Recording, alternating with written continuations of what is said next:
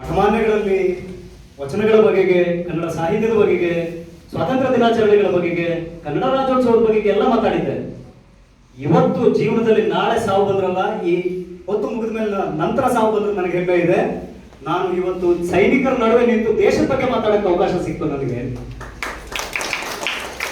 ಇಂತಹ ಒಂದು ಕಾರ್ಯಕ್ರಮದಲ್ಲಿ ಇರ್ತಕ್ಕಂತಹ ಎಲ್ಲ ಭಾರತದ ವೀರ ಪುತ್ರರಿಗೆ ಮತ್ತು ಪುಟಾಣಿ ಮಕ್ಕಳಿಗೆ, ಭಾರತದ ಸ್ಕೌಟ್ಸ್ ಅಂಡ್ ಗೈಡ್ಸಿನ ಪದಾಧಿಕಾರಿಗಳಿಗೆ ಮತ್ತು ನನ್ನ ಮಾಧ್ಯಮ, ಜಗತ್ತಿನಲ್ಲಿ ಎಷ್ಟೆಲ್ಲ ರಾಷ್ಟ್ರಗಳಿದ್ದಾವೆ ಆ ಎಲ್ಲ ರಾಷ್ಟ್ರಗಳನ್ನ ನಂಬಬಹುದು.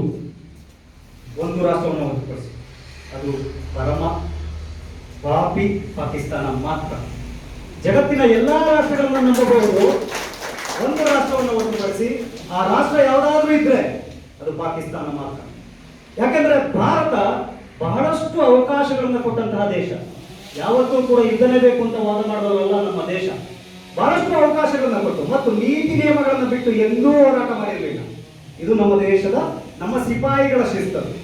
ನೀತಿ ನಿಯಮಗಳನ್ನ ಮುಗ್ಗೊಡೆಯೋದು, ಅತಿಕ್ರಮಣ ಮಾಡಿ ಅವರ ಮೇಲೆ ದಾಳಿ ಮಾಡೋದು ಯಾವುದು ಕೂಡ ಭಾರತದ ಸೈನಿಕರ ರೂಪರೇಷಣೆ ಅಲ್ಲ. ನೋಡಿ, ಪಹಲ್ಗಾಮ್ ಅಂತಹ ದುರಂತ ಕಣ್ಣಿಗೆ ಕಟ್ಟಾಗಿದೆ.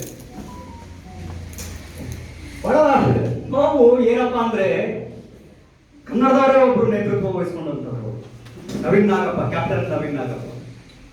120 ಜನ ಜವಾನರನ್ನು ನಿಲ್ಲಿಸ್ಕೊಂಡು ಅವ್ರದೇ ಸರ್ವಿಸ್ ಒಂದು 6 ತಿಂಗಳೇನೋ ಇತ್ತಂತೆ ಅವರು.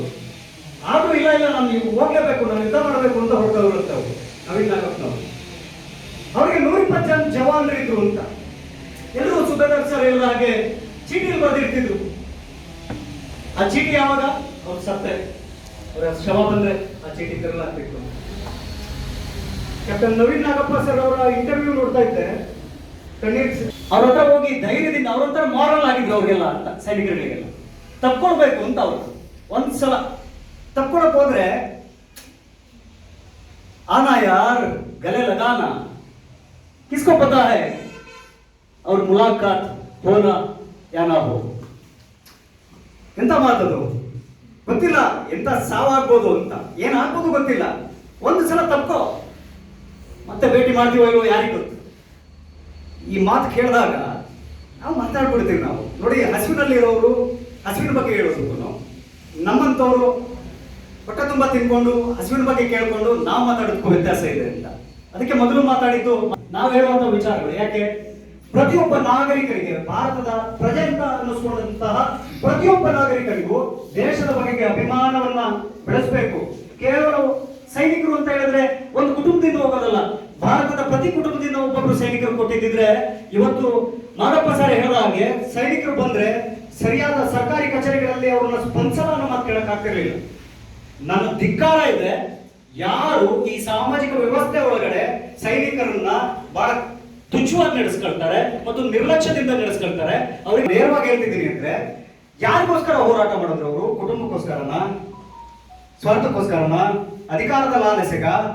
ಹೇಳ್ತಾ ಇರ್ತೀನಿ, ಸೈನಿಕರು ಬರ್ಬೇಕು ಈ ದೇಶಕ್ಕೆ, ಅವರು ನಿಜವಾದ ಮಾತನ್ನು ಹೇಳ್ತಾರೆ, ಸರಿಯಾದ ಶಿಸ್ತನ್ನ ಈ ದೇಶಕ್ಕೆ ತಂದುಕೊಡ್ತಾರೆ. ಯಾಕೆಂದ್ರೆ ಬರೀ ಮಾತಿಗೆ ಮಾತ್ರ ಸೀಮಿತ ಆಗುತ್ತೆ ಅನ್ನೋದನ್ನ ಹೇಳ್ತಾ ಇರ್ತೀನಿ ನಾನು.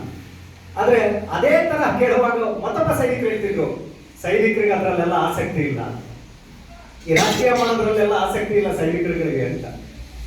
ಅಂತಹ ದೇಶದ ಬಗೆಗೆ ಅಭಿಮಾನವನ್ನು ಇಟ್ಟಂತಹ ಈ ಪ್ರಸ್ತುತ ಸಂದರ್ಭದಲ್ಲಿ ಈ ಪರಮ ಪಾಕಿಸ್ತಾನದವರು ಬಹಳಷ್ಟು ವಿಚಾರಗಳನ್ನ ಹೇಳಿದ್ರಲ್ಲ.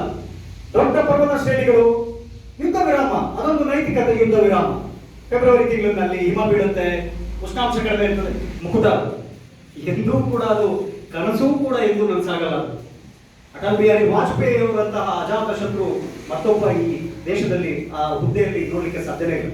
ಯಾಕೆಂದ್ರೆ ಒಂದು ಒಳ್ಳೆ ಅವಕಾಶ 1998ರಲ್ಲಿ ಅವ್ರು ಕೊಟ್ಟಿದ್ರು. ಅವ್ರಿಗೆ ಬಸ್ಸಿನಲ್ಲಿ ತಾವೇ ಹೋಗಿದ್ರು ಪಾಕಿಸ್ತಾನಕ್ಕೆ. ಪರ್ವೇಜ್ ಮುಷರಫ್ ಅನ್ನುವ ನೀಚ, ಬಿಡಿ ಅವನ ಎಂತ ಪರಿಸ್ಥಿತಿ ಅವನ ಅನುಭವ ನಮ್ಮೆಲ್ಲರಿಗೂ ಗೊತ್ತಿದೆ. ಆ ನೀಚ ಮತ್ತು ಅವನ ತಂಡ, ಆ ತಂಡದವರೇ ಒಬ್ಬ ಬರ್ದ, ನಾವು ಮಾಡಿದ ತಪ್ಪು ಅಂತ ಪುಸ್ತಕದಲ್ಲಿ ದಾಖಲಿಸ್ತಾನ ಅಂತ. ಪರ್ವೇಜ್ ಮುಷರಫ್ ಮತ್ತು ನವಾಜ್ ಶರೀಫ್ ಇವರಿಬ್ಬರ ಡಿಸ್ಕಷನ್. ಒಂದು ಕಾಲಕ್ಕೆ ಭಾರತದ ಈ ಪ್ರದೇಶಗಳೆಲ್ಲ, ಪಾಯಿಂಟ್ಗಳೆಲ್ಲ 5140 ಮತ್ತೆ 4785 ಇವುಗಳ ಪಾಯಿಂಟ್ಗಳ ಮೇಲೆ ಆಕ್ರಮಣಗಳು ನಡೀತದೆ ಅಂತ ಹೇಳಿ ಹೇಳುವಾಗ ಈ ನವೀನ್ ನಾಗಪ್ಪನವರು ಹೇಳ್ತಕ್ಕಂಥ ವಿಚಾರಗಳನ್ನ ಕೇಳ್ತಾ ಇದ್ದಾಗ ಕಣ್ಣೀರು ಕಟ್ಟಾಗಿತ್ತು, ಬೆಟ್ಟ ಹತ್ಕೊಂಡು ಹೋಗ್ಬೇಕಿತ್ತು ಅಂತ.